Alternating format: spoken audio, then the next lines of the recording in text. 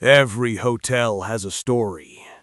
Some are whispered in hushed voices, passed between strangers over cheap drinks.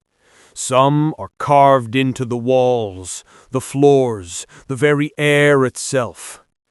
Room 313 isn't just a room. It's a story waiting to remember you. I didn't believe the rumors at first. Not until I was standing at the threshold, key in hand, heart thundering. The rain was relentless that evening. Streets glistened under the sickly glow of neon lights, puddles stretching like black mirrors along the cracked pavement. Each step echoed, hollow and solitary. I had never seen this hotel before. Tucked between an abandoned bookstore and a shuttered cafe. Its facade worn and pitted with age. Windows stared blankly, like the vacant eyes of a long-dead face. The entrance door was tall, old wood with brass fittings dulled by time. The bell chimed as I entered, a brittle, metallic sound, carrying more warning than welcome. The lobby was dim, dust hung in the air like mist, and the faint scent of mildew mixed with something coppery, sharp. The reception desk was carved dark wood, polished only where years of guests had brushed against it. Behind the counter, a man in a starched uniform watched me, eyes that didn't quite look human. He nodded once, no smile, no words. Just a key slid toward me across the counter, heavy, cold, unfamiliar in my palm. I said, "Room 313. My voice sounded small, swallowed by the cavernous lobby. The clerk's nod was almost imperceptible, but it carried authority, finality. The elevator smelled of damp metal and old oil. Its brass doors groaned as they opened. I stepped in, pressing the button for the third floor. The numbers ticked past 3, 0, 9, 10, 11, 12, and finally 13. The walls inside the elevator felt too close. The air thick. I realized I was holding my breath. Every floor felt longer than it should, every tick of the floor indicator stretching time like taffy. The key turned with a reluctant click. The door swung open, and I stepped inside. The room smelled faintly of mildew, dust, and something older, something that hadn't been disturbed for decades. Shadows clung to the corners like reluctant children, retreating only when I moved closer. A narrow bed, a dresser, a cracked mirror, and a small desk with a flickering lamp. I set my bag down. My shoes squeaked against the worn floorboards. And then I heard it. A creak. Subtle. Behind me. I spun. Nothing. The door was closed. The hall beyond was silent. A whisper followed. Faint, almost part of the room itself. "Don't forget me." I walked toward the window. The city below stretched, distorted by rain. Neon lights fractured across puddles, reflections rippling like liquid glass. I could barely see the street.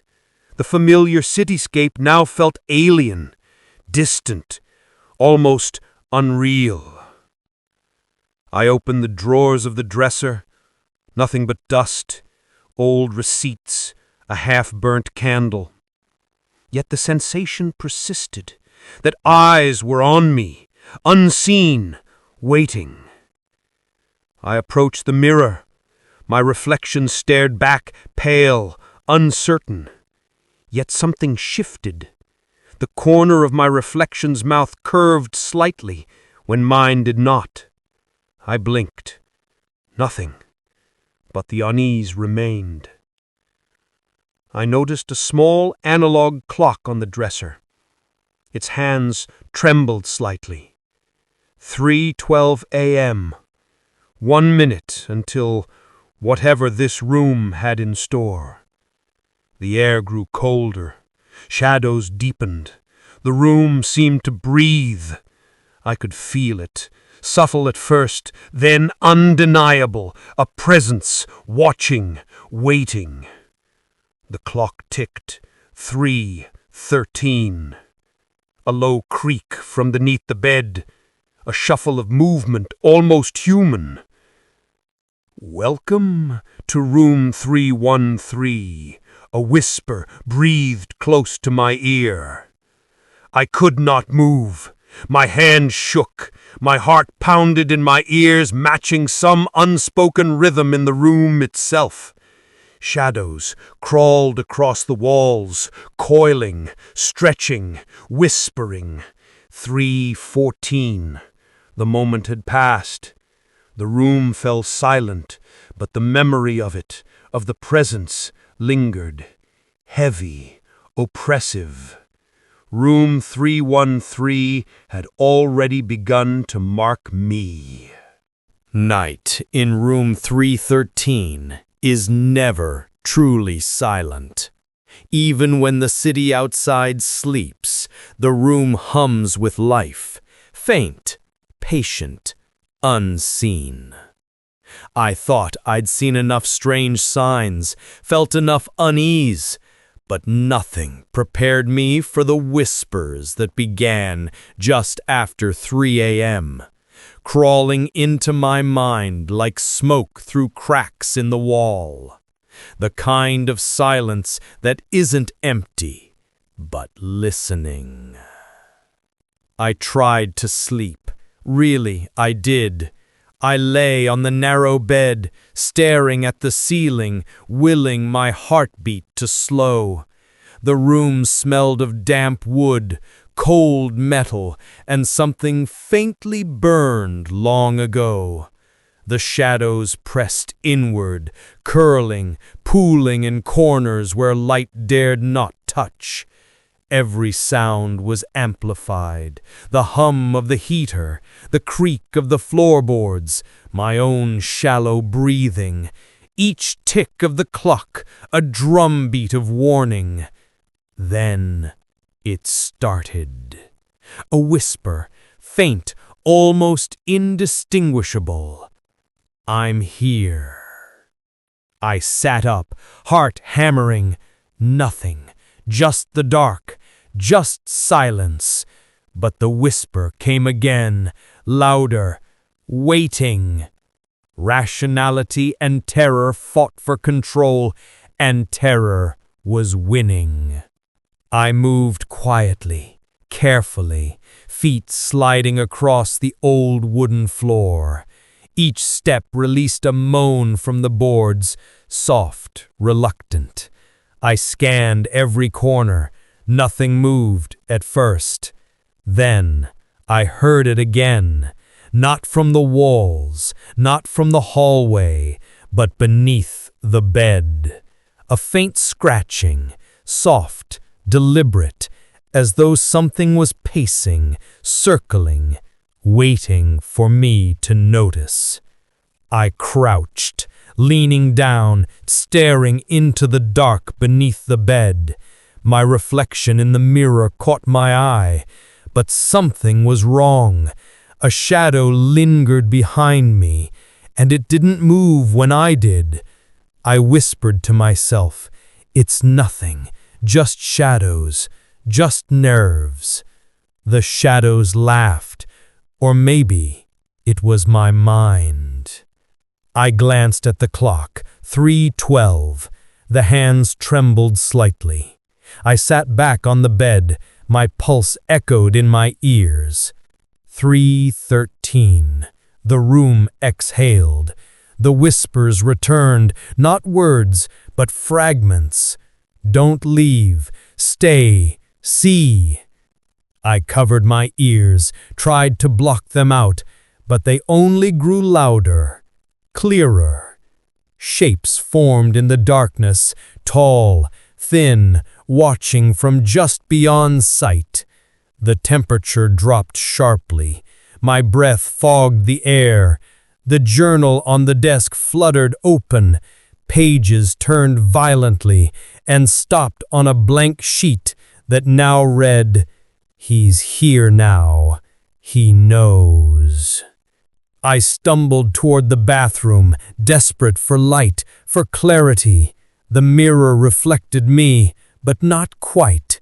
My eyes were darker, hollow, and behind me, shadows moved, stretching like vines across the tiles.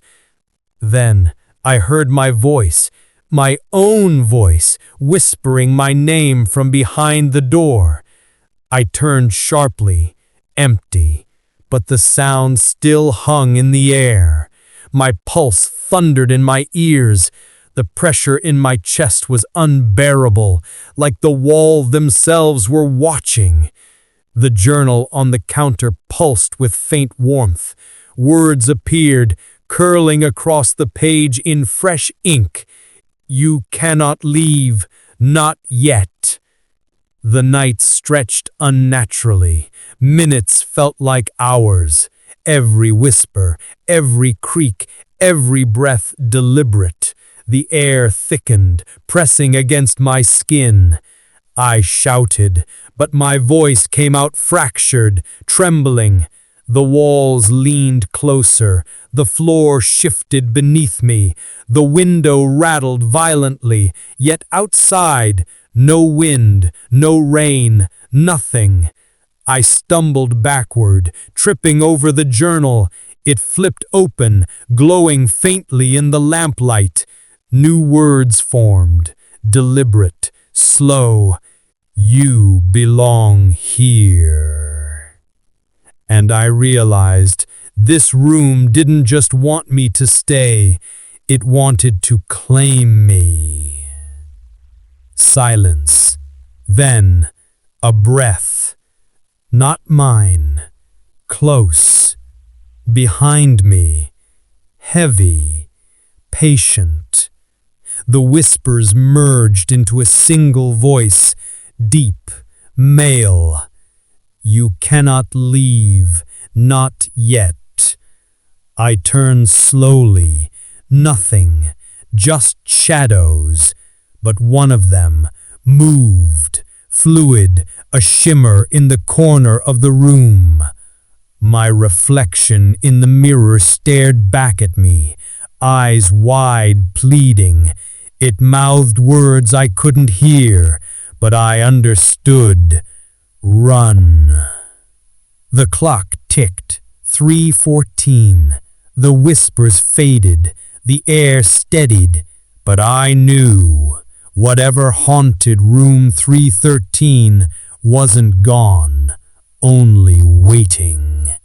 I lay back, gripping the journal, its pages warm beneath my fingers. Sleep wouldn't come, not tonight, not ever again. Morning in room 313 never feels like relief. The sun barely touches the cracked curtains, spilling weak, gray light across the floor. And there, on the desk where I had left it the night before, lay a journal I had not seen when I entered. Leather-bound, edges frayed, as if it had been waiting for me. I should have ignored it. I should have left it alone. But curiosity is a dangerous thing. Some stories want to be read. The cover was cold beneath my fingertips. No name, no title, just dark leather that felt alive. I opened it slowly. Pages yellowed with age, handwriting jagged, desperate, each stroke heavy as if carved in fear. Names, Dates, fragments of stories, guests who had stayed before me. Some notes cheerful, but most ended abruptly. Some never ended at all. One entry stood out, scrawled across the middle of a page. 313. The whispers. They remember me. I cannot leave. A chill crawled up my spine. The words felt familiar. Too familiar. Like a thought I'd had before, or a dream I'd already lived. I kept reading. Eleanor, 1922, vanished without trace. Marcus, 1948, wrote of voices calling his name from inside the walls. Every account shared the same detail. 313. Every entry whispered the same truth. Whispers, reflections, a presence that remembered. This wasn't a record. It was a warning. And the worst part, it was still writing itself. New words appeared before my eyes, drawn in invisible ink. He is here. I dropped the journal. It hit the desk with a heavy thud. The air grew cold. Shadows stretched across the floor, reaching for me. I tried to reason with myself. It's just a book. Old handwriting. Tricks of exhaustion. Nothing more. But the more I read, the closer the room seemed to lean. The shadows crept forward with every breath. I touched the pages again. Fresh words appeared in wet, black ink. He will not leave until he remembers. My pulse quickened. Every instinct screamed to stop, to throw it away, but my hands wouldn't listen. I wasn't reading the journal anymore. It was reading me. I began to notice a rhythm. Each entry spoke of sounds, reflections, voices at 313. The room studied its guests, watching, testing, feeding. I could feel it now. Every breath thick with presence, every creak deliberate. My hand traced the lines of ink across the page and froze. The letters shimmered, twisting into new words. You are next. My throat tightened. The journal wasn't predicting. It was declaring. I stumbled back. The journal hit the floor, pages open wide, but the writing still pulsed, faintly glowing. The air thickened. The walls groaned as if something behind them moved. The mirror fogged, breathing. The shadows gathered. A soft scratching from above. Then the corner of the ceiling darkened. Shapes forming. Long, human-like, but wrong. Very wrong. I tried to speak. I'm leaving. But no sound came out. The room had stolen my voice. The clock ticked. 3:12. Each second echoed, louder, heavier. Then the chorus began, dozens of whispers overlapping. Don't leave.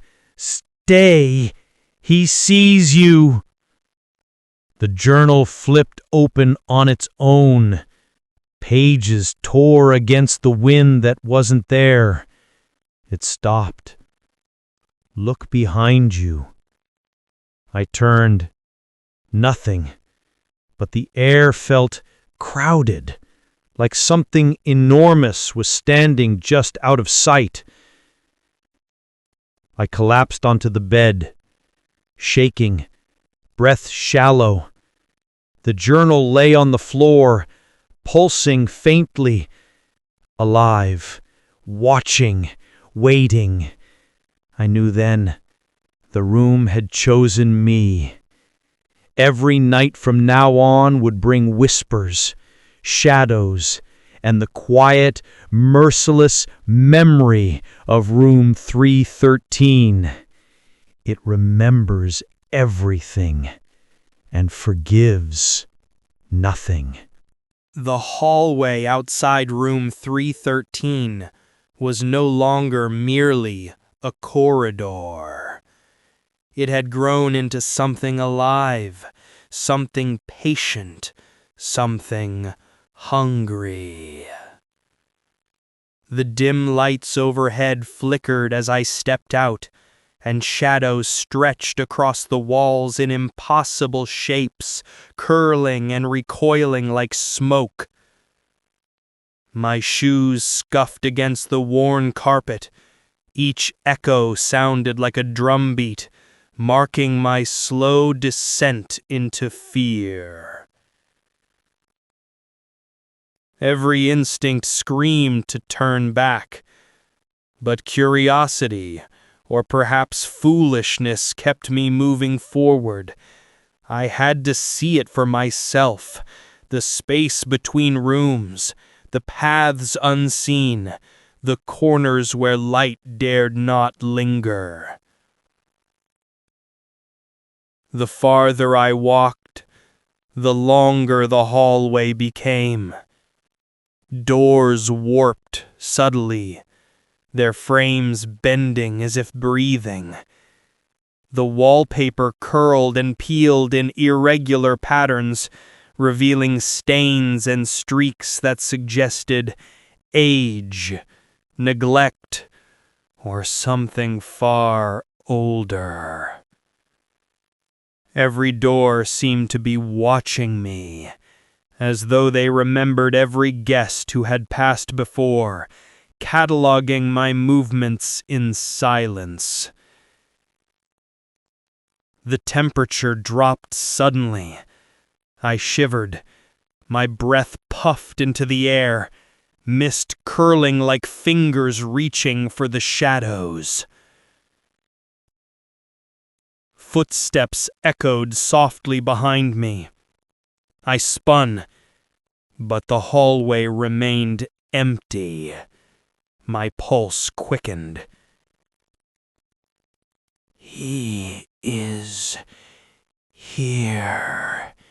He cannot leave. A whisper murmured from the walls, indistinct but unmistakable.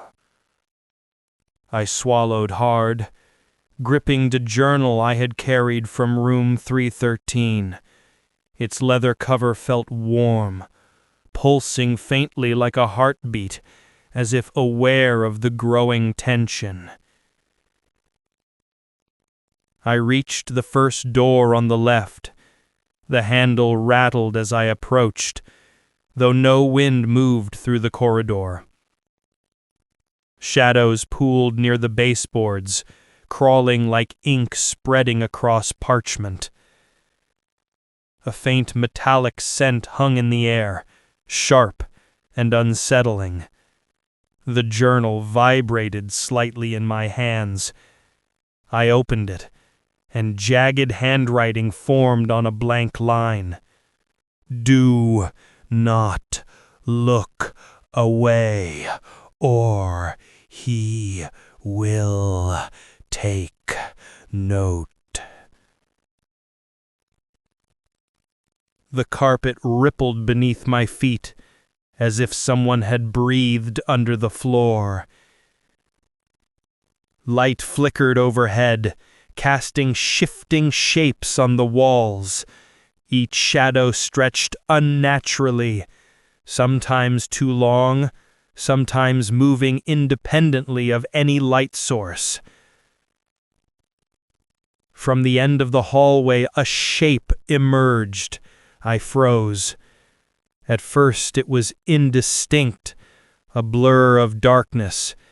Then it sharpened. Tall, faceless, fluid, moving with a purpose I could not comprehend. My heart pounded. I tried to back away. The carpet felt sticky, as though gripping my shoes. The shadow advanced silently, its presence pressing against my chest. The whispers intensified, overlapping voices echoing down the narrow corridor. He is ours. He sees. He feels. I swung the journal like a shield, though I knew it offered no protection. The shadow paused, as if acknowledging the gesture. Then it continued to advance. I stumbled forward, desperate to find an exit, a staircase, anything familiar. The hallway twisted. Doors no longer followed the sequence I had memorized. Light flickered erratically, revealing brief glimpses of figures standing silently in rooms I had passed. Each figure had hollow eyes, staring directly at me. A cold gust brushed my face. The journal fell open on the floor. Words glowed faintly across a blank page. Turn back, or stay forever. The walls closed in. The ceiling seemed to lower. Shadows stretched, inching closer with every step. My hands trembled. I wanted to scream, but no sound emerged. The corridor had swallowed my voice. I realized then, room 313 was not a room. The hallway was not a hallway. They were extensions of the same entity, living, aware, sentient. It studied me, measured me, learned my reactions, and it fed on my fear. I tried to hold on to reason. This is imagination, exhaustion, the mind playing tricks. But each whispered word, each elongated shadow, each flicker of light told me otherwise. The journal's ink scrawled itself anew. He will not leave, not yet. I reached a bend in the hallway. The shadow remained, motionless yet alive. The whispers crescendoed into a cacophony, voices overlapping, shouting, murmuring, accusing. I stumbled backward, pressed against the wall. My vision swam. The shadow leaned toward me, stretching impossibly, consuming the light and feeding on the tension. For the first time I understood. Escape was no longer about doors or stairwells. It was about surviving the attention of the room itself. I slammed a nearby door shut in desperation, hoping to trap the shadow. The sound echoed impossibly down the infinite hallway. When I opened my eyes, the shadow was gone. Or maybe it had never moved. The whispers continued softly, a reminder in the bones. He belongs here. He sees you always. I backed into room 313, heart hammering, sweat pouring down my brow. I knew with a cold certainty the night had only just begun. Mirrors are never neutral in room 313. They lie. They twist reality, showing what was, what could be, and what the room wants you to see. I approached the cracked bathroom mirror. Pale morning light barely filtered through the dirty curtains, casting weak patterns across the floor. My reflection stared back, but something was wrong. My eyes were darker, hollow, heavier than they should be. And behind me a shadow flickered, twisting in ways that defied logic. A whisper curled in my ear, soft yet cutting. "Do you see it yet?" I turned slowly, scanning the room. Nothing. The shadows melted back into corners. But the mirror did not lie. Figures moved behind me in the glass, guests long gone, staring, pleading, accusing. Their faces were pale, twisted in silent screams. I tried to rationalize it. Exhaustion, stress, shadows of my own mind. But every reflective surface, the dresser's polished top, the tiny vanity mirror, even the window glass, repeated the same story. Shadows lurked, faces appeared and vanished. The room's history was written in light and reflection. I stepped back. The floorboards creaked beneath my weight. A chill pressed against my spine. My heartbeat echoed in my ears. I touched the mirror. The surface rippled slightly, as though it were liquid. My reflection leaned forward, but I had not moved. Then it smiled. Not me. Something else. Something living, watching, patient. I stumbled back, the journal clutched in my hands.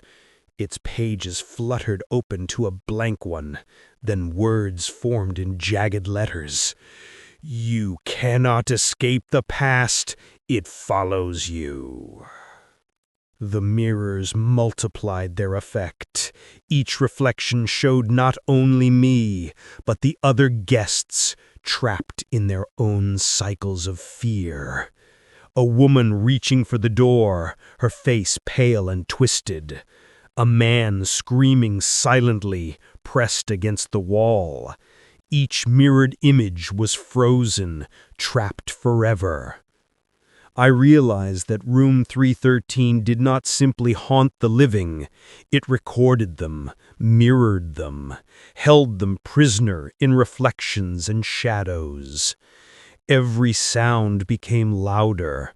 The faint drip of water in the hall echoed like a scream.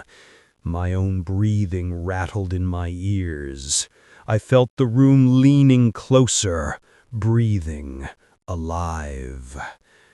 I stared at my reflection again. It moved independently, tilting its head, lips curling into a grin I did not make. The whisper returned louder this time. "Do you belong to us now?" The journal's pages shimmered. New words formed, alive on the page. He remembers you. He waits. I dropped the journal. It hit the floor with a dull thud, yet the words continued to glow faintly. Shadows stretched towards me from the corners of the room, creeping along the walls. A chill ran through me. I realized I could not run. The reflections were everywhere. The shadows were everywhere. The room had already marked me. I backed away toward the bed. The shadows twisted across the carpet, writhing like smoke alive. Mirrors along the dresser and vanity reflected not only me, but the corridor outside, stretching impossibly, walls bending, doors misaligned. I caught glimpses of figures lurking, pale and faceless, watching from beyond. The whispers crescendoed into overlapping voices, unintelligible yet deliberate. Do you see? You cannot leave. You are remembered. The light flickered, plunging the room into near darkness. Shapes moved in the reflection, even when my eyes were closed. I felt their presence pressing against my chest, heavy, suffocating. I stumbled back, slamming the journal shut and covering my face. When I dared to look again, the mirror was calm. My reflection stared back, but the room had changed subtly. Shadows clung to the corners. A faint metallic smell lingered in the air.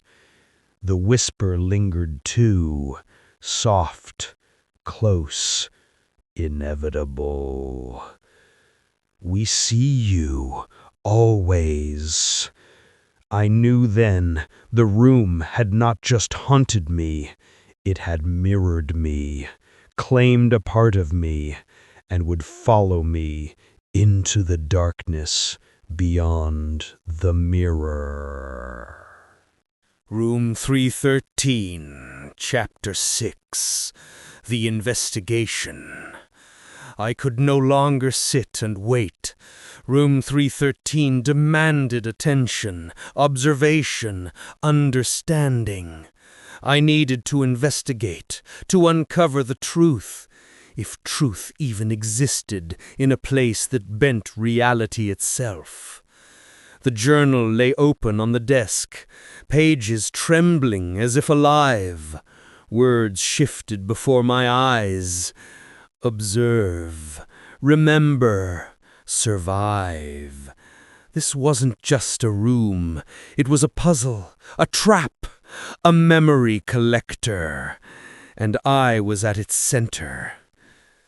Examining the journal and room, I searched systematically. Drawers, desk, floorboards, behind picture frames. Beneath a thin layer of dust, I discovered yellowed newspaper clippings and photographs, decades old. Each chronicled disappearances, strange phenomena, or odd reports about the hotel.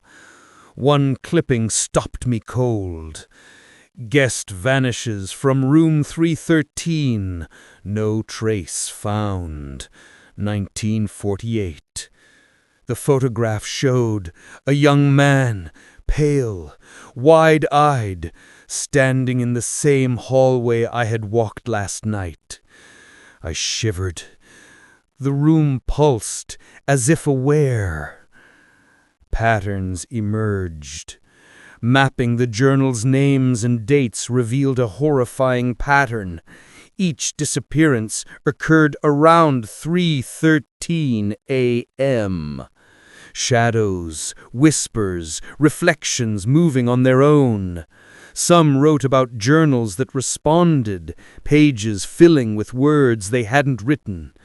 Room 313 didn't just contain its guests.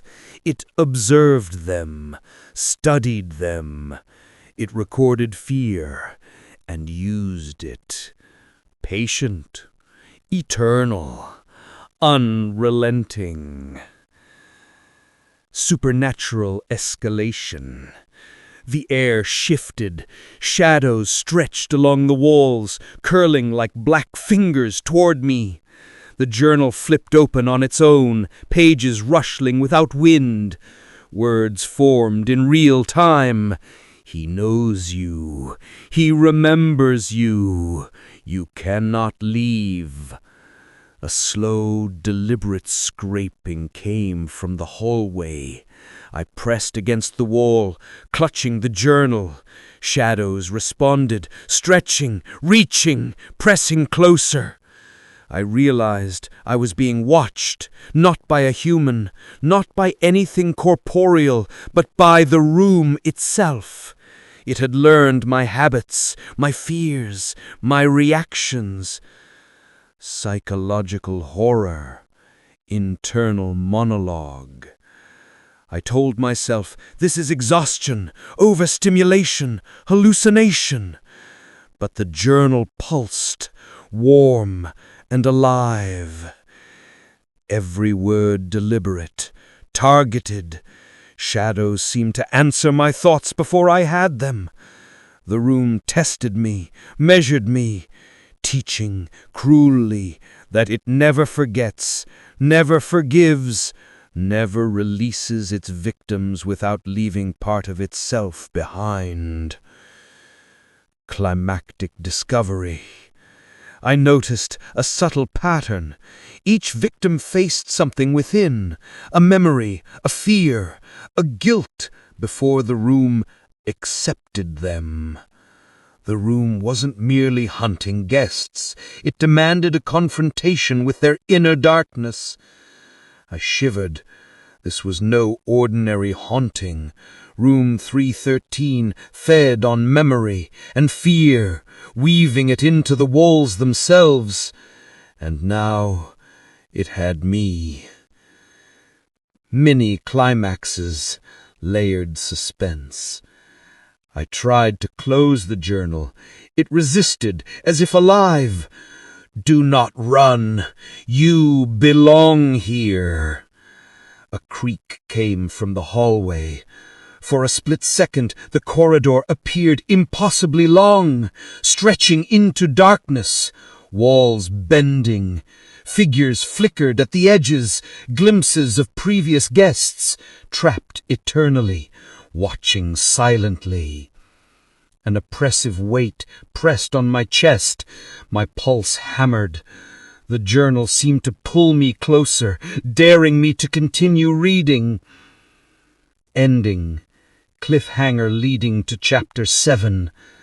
I slammed the journal shut and dropped it. Shadows recoiled briefly, but the room remained alive, watching, patient. The whispers returned, faint, chilling. You are next. Remember or remain. I backed into the bed, breath ragged, heart racing. One thing was certain. The room had begun the process. I was no longer an observer. I was part of the story, a guest in a narrative older than me, written by darkness itself. End sound cue, overlapping whispers, metallic scrape, distant heartbeat. Night had fallen again, though in room 313 day and night were meaningless. Time warped, slow, oppressive, bending each second into an eternity of dread. I felt it in my bones. The room was consuming me, not physically, but mentally, emotionally, spiritually. My reflection in the cracked mirror flickered as I passed. It did not match me. It grinned when I did not. Its eyes glimmered with knowledge I lacked. "Do you understand yet?" a whisper hissed, curling around my ears like smoke. I tried to ground myself. I am awake. I am alive. I am not hallucinating. But the shadows disagreed. They stretched with intention. The walls bent subtly. The hallway pulsed, elongating with each heartbeat. The journal lay open. I approached, trembling. Words had formed while I was away. Fear is a memory. Madness is a choice. You are both. The message sank in. The room bent perception until I could trust nothing I saw, heard, or felt. Figures appeared in my peripheral vision, guests from decades past, pale faces twisted in silent screams. They walked beside me, vanishing when I turned. Whispering voices layered atop each other, repeating my name, my fears, fragments of memories I never voiced. The journal pulsed violently, nearly vibrating in my hands. You belong here. You cannot leave. Each breath felt heavy. My limbs trembled, weighed by the fear of all trapped before me. Mirrors reflected not just me, but warped versions, kneeling, screaming silently, trapped under shadows. Each reflection whispered, mocking, guiding me deeper into despair. The hallway outside stretched impossibly long. Doors appeared, vanished as I approached. Floorboards moaned, yet no one was there. Still, I could feel them, watching, waiting, measuring. I fought to maintain control. This is a test. The room wants my fear, not my death, yet. Whispers, shadows, and reflections conspired to break me. They clawed at my mind. I could not trust my eyes. I could not trust my memory. Every instinct screamed to flee. Exits were gone. Accept or perish, the journal warned. Survival required surrender, not to the room, but to my inner darkness. I had to confront what the room wanted me to see. Fears, regrets, the parts of myself I had hidden. The clock approached 3:13. Shadows converged. Whispers became intelligible. Face yourself, or remain forever. I sank to the floor, hands clutching the journal. The walls breathed. Figures in mirrors multiplied, surrounding me. Silent screams echoed every regret I had buried. A shadow stretched from the hallway, touching my mind, not my body. I screamed silently. The room swallowed my voice. The room exhaled, shadows receded, but whispers lingered. My reflection smiled, a promise of what was to come. The journal glowed faintly. You are next. Do you see now? With bone-deep certainty, I knew I had crossed the threshold. I was no longer merely a guest. I was part of room 313's history, my mind woven into its memory, my fear catalogued, my soul observed. Morning never came in room 313. Time had lost all meaning, stretching and collapsing at the room's whim. I could feel the residue of last night's confrontation, the lingering weight of shadows pressing against my mind. The journal lay open, faintly glowing. Its pages pulsed like a heartbeat, syncing with mine. It knows. I rose slowly, hands trembling, exploring the room again.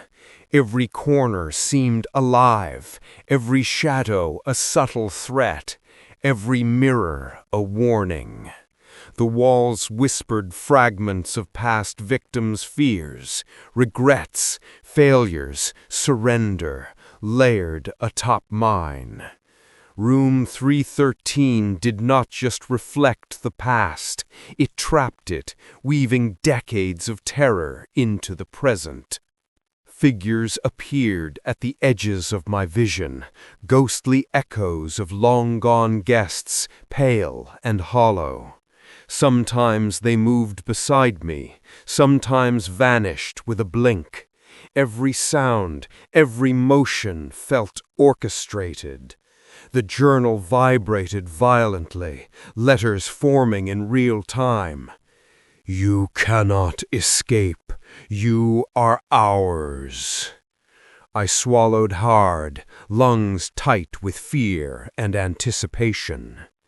The mirrors reflected not just me, but versions twisted by fear and regret. One showed me cowering beneath shadows, another screamed silently at unseen horrors. Shadows moved independently, curling along walls, stretching impossibly, probing my resolve. I understood. Room 313 demanded confrontation. Every fragment of myself I had denied. I sank to the floor, journal in hand, struggling to breathe, to maintain the fragile line between sanity and collapse. The room pulsed, alive, patient, eternal, all-consuming. Whispers layered over whispers, overlapping memories, failures, fears, almost intelligible. Face it, accept it, belong. Every reflection, shadow, and movement challenged me, daring me to falter, to flee, to surrender completely. Then, for the first time, I understood. Survival did not mean escaping the room. It meant accepting what it had shown me, confronting the darkness within, and owning it. The journal pulsed with a final command, words glowing intensely. "You are here. You are part. You endure." Rising, I felt a strange clarity. Shadows lingered, whispers pressed against my mind, but for the first time I was not entirely afraid. Room 313 was far from finished. It had marked me, observed me, integrated my fear into its endless memory.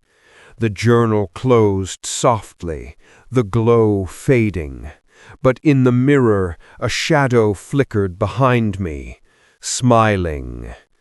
"Tomorrow we continue," it whispered. My chest tightened. I was a survivor, for now, but the final confrontation had not yet come. The hallway stretched endlessly before me, twisting in impossible angles. The exit glimmered faintly, a distant promise I could almost reach, yet every step forward warped the corridor farther away. I stumbled, clutching the journal, heart pounding like a drumbeat in my chest. Whispers echoed, layered and indistinct. "Leave or stay. Choose or perish." I wanted to run.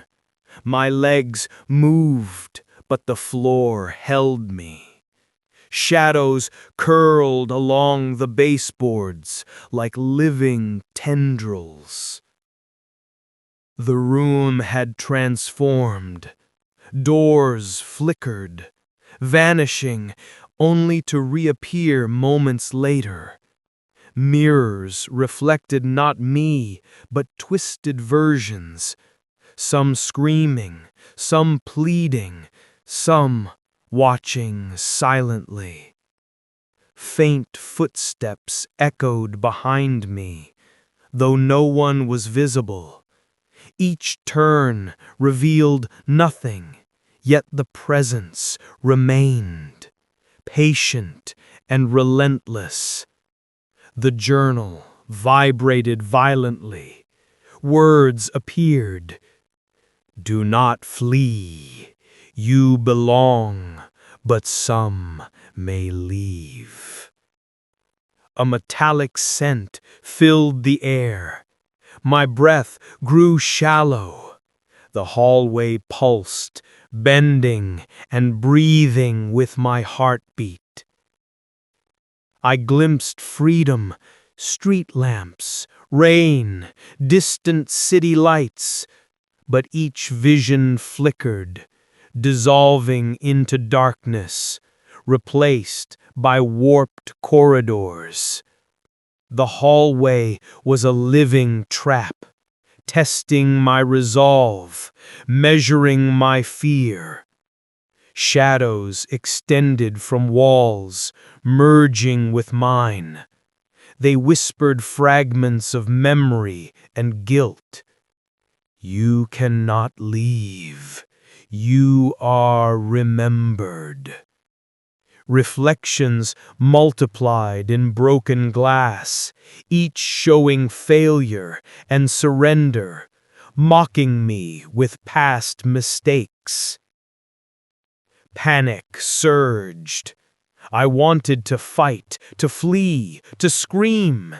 Every attempt was futile. The room warped reality, pressing my mind toward despair.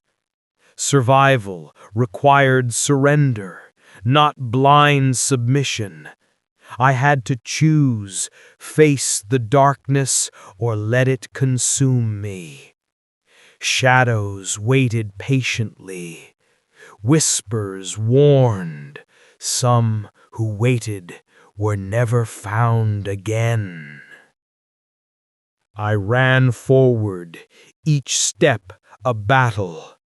The corridor twisted. Doors opened to rooms that didn't exist, revealing figures trapped in silent torment. Shadows lunged from walls, vanishing before contact, leaving icy trails in the air. The journal pulsed violently.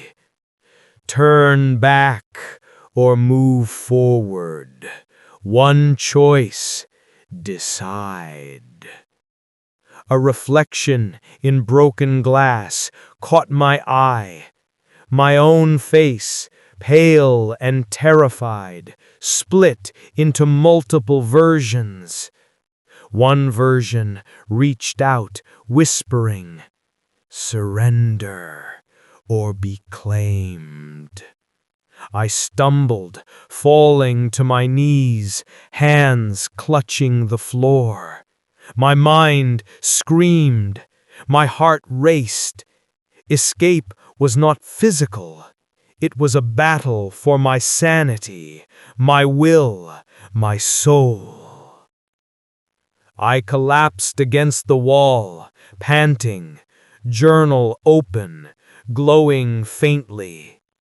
Some leave, some remain. Which are you? The hallways stretched into infinite darkness. Shadows loomed closer, but the exit glimmered faintly, almost within reach. The choice was mine, yet room 313 had already begun its judgment. End sound cue. Distant whispers, metallic scrape, heartbeat, echo. Room 313, Chapter 10. Aftermath. Weeks had passed, though time no longer held meaning. I walked streets I once knew, yet everything felt subtly wrong. Shadows lingered in the corners of my vision. Reflections in windows and mirrors moved independently, sometimes grinning, sometimes whispering my name. Room 313 had released me partially. It had not forgotten. It had not forgiven. Its presence followed me like a pulse at the edge of perception. I could feel it in every room I entered, every mirror I passed, every quiet moment before sleep. The journal lay unopened on my desk, yet words pulsed faintly on its pages. We are always here, waiting. Even in daylight, shadows twisted unnaturally. Sounds carried differently, a distant scrape, faint whispers, footsteps that belonged to no one. The air grew cold, metallic, pressing against my chest. It felt like the room had extended itself beyond the hotel, into the world. Sleep became impossible. Dreams were consumed by the hallway, the mirrors, the shadows, and the entity. I woke gasping, the whispering chorus still echoing. You cannot leave. You are remembered. I realized the room hadn't merely haunted me. It had changed me. It had claimed a part of my mind, threading its memory, its fear, its will into the very core of who I was. Reflections everywhere became dangerous. Windows, polished floors, even kitchen appliances acted as portals. Sometimes I saw figures standing behind me. When I turned, nothing, yet their presence lingered. The journal pulsed faintly, almost like a heartbeat. I opened it. Blank pages filled instantly. We see all. You are ours, in part. The shadows were no longer bound to room 313. I saw them in reflections, in corners, crawling along walls like smoke. The room had expanded, leaving a fragment of itself inside me. I told myself it was paranoia, exhaustion, but rational thought crumbled beneath the weight of those whispers. No matter where I went, I was part of room 313's history. My fear had been catalogued, my memories archived, and somewhere, deep within the entity, it waited. Some leave, some remain, some are marked forever. I realized I had survived physically, but the room now lived within me. Every heartbeat, every hesitation belonged to it. One evening, walking past a street lamp, I caught my reflection in a shop window. It looked normal until the figure behind me, my own shadow, smiled. Its eyes glimmered with something I didn't understand. The city began to twist, subtly, impossibly, bending like the corridors of the room. I ran, but the shadows followed, crawling along walls, flickering across glass. The journal vibrated in my bag, words writing themselves. You belong here, always. I collapsed in an alley, heart pounding, gasping for air. Silence returned, but it was deceptive. The whispers were faint now, patient. The shadows had receded, waiting in the edges of the world. I looked down at my reflection in a puddle. For a moment, it was just me. Then, a flicker, a shadow, a grin that was not mine. Room 313 had not ended. It had only changed. Now, it was everywhere, and it will never forget.